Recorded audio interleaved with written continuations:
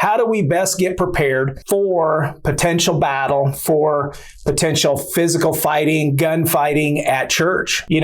Some people might call it a mindset, and I would agree with that. It's a survival mindset, ready to go mindset, but it's really more than a mindset. And I want to talk about those components for this taking action at church, because some of you are armed, some of you are unarmed. So how are we going to handle those differences when we're dealing with some of the similar situations? And we can both handle it. So it's not a bad thing that you're not armed. So we can still take action and still watch out for our people, because don't forget, most of the issues that we're going to have don't involve guns, don't involve knives. They involve people, suspicious people, mentally ill people, people who are fighting, those kind of things. So number one, let's get right into it. Number one is we need to have tools or weapons, for sure. That's an important thing. So if you're unarmed, what are you going to use within the church? Maybe what are you going to find to defend yourself, defend others, and maybe even you might have to what you might consider attack someone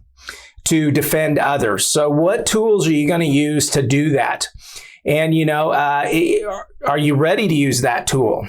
And whatever it is, if it's a vase, a curtain rod in the church, or whatever that is, have you explored the idea of using it? And how to grab it, how to get it, how to use it, how much does it weigh, how hard is it to get, to retrieve from where it's at? Are you thinking about those things and exploring those kind of things? We've talked about it in the past, but are you actually doing that now? So to get ready for this fight, or to get ready for this possible action that you might have to take at church. If you have weapons, knives, guns, are you practicing with them? And for most of you, I know what the answer is. We're not practicing enough. So we need to look at that. And are you proficient with those weapons? And part of that is, the skills that we're going to talk about in just a second. So we do need some physical fitness. And now we're getting into a touchy area for me as well. So physical fitness, are we ready? Are we doing the best thing that we can to be ready?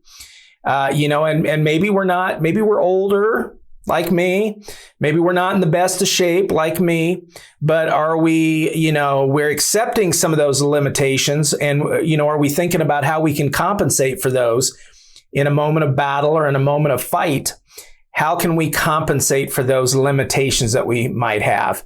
But how about doing the best that we can? And I'm talking to myself as well, getting out, doing some walking, doing a little bit of exercise to prepare us, improve our health, but also to prepare us for what we're talking about today, which is this idea of fight, and are we getting ourselves better prepared for that? Just some simple walking might help us do that, as well as our mindset that's coming right up here.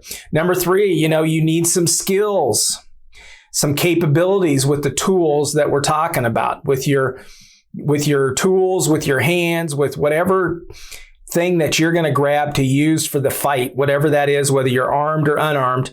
We need to practice. We need to be a little bit better prepared, and probably not once a year. Maybe we can get by with once a year, and certainly not every 3 years we're practicing.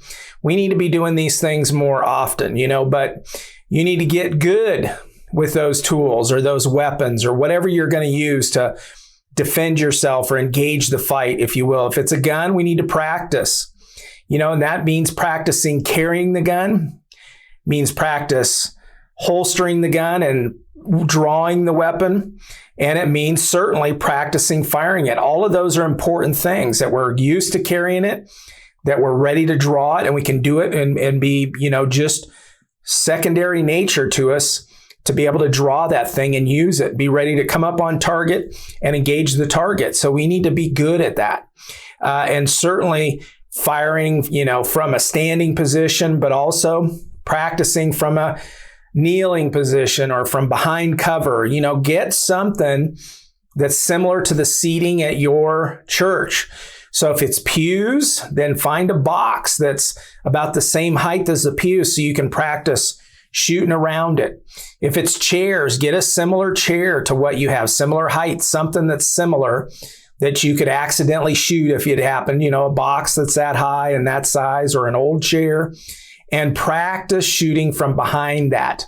And so, and you also want to practice drawing from those positions. We've talked about it before. I've got a fat roll that when I sit down, that hinders my ability to draw that firearm. So I need to be practicing that. So find some time at home in a seated chair, unload that firearm, have somebody check to make sure it's unloaded, double check it, triple check it to make sure it's unloaded, and then do some practicing of drawing that gun while you're seated in a similar position to what you might be at church, and or wearing similar clothing to what you normally wear. If you wear a suit at church, you should be practicing drawing and shooting and those kind of things with a suit on. And we're not going out to the range in a t-shirt when in actuality, we're actually wearing a suit when we have our gun with us or our weapons with us. So we're practicing.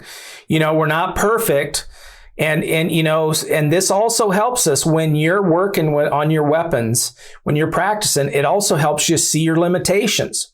Like I know, for instance, that at 50 feet, my accuracy starts to decline a bit. I'm great up to 50 feet. I'm very confident, but when I get close to that 50-foot distance mark, my accuracy begins to taper off. So I want to know that, because then I know that if it's a tight situation that I'm shooting into, lots of people around, I probably need to move closer or move forward on that target. If it's not, then I know that I've got a little room to spare, whatever that looks like for you. But knowing our limitations, I think, is just as important in getting to know our tools. If you're not carrying a firearm, you're grabbing something else at the church to use to defend that you've seen and you've practiced with. You need to know how heavy it is, how hard it is to retrieve from where it's at. Maybe it's a curtain rod or something. How hard is it for you to get that out and begin to use it, And so, if you're using other tools, sticks, curtain rods, vases, chairs, whatever those tools are, we need to spend some time with those. And I'm trying to say that in different ways, but maybe you get a mock-up of those tools. Maybe I go to a yard sale and find a curtain rod similar or a vase similar or a chair similar, and I practice using that and practice defending myself. That would be an ultimate skill building exercise, and I tell people that get some kind of defense spray. I tell them you should buy 2 of those. If you're going to have self-defense spray carried in your purse or something, you should have one that's you're carrying, but you should have one that you practice with, so you know how far it sprays and how big the spray is as it comes out of the canister. So same thing with this stuff. Try to find something similar and practice with that. Give your mind some material to see how heavy it is, how you're going to use it, those kind of things. So duplicate item somewhere can help us to practice and get prepared. And maybe there's an old one maybe there's an old broken chair that's already being discarded from the church, so we can use that to practice with and improve our skills. And maybe you can get some advice, some fighting advice, some ground fighting advice, all those kind of things.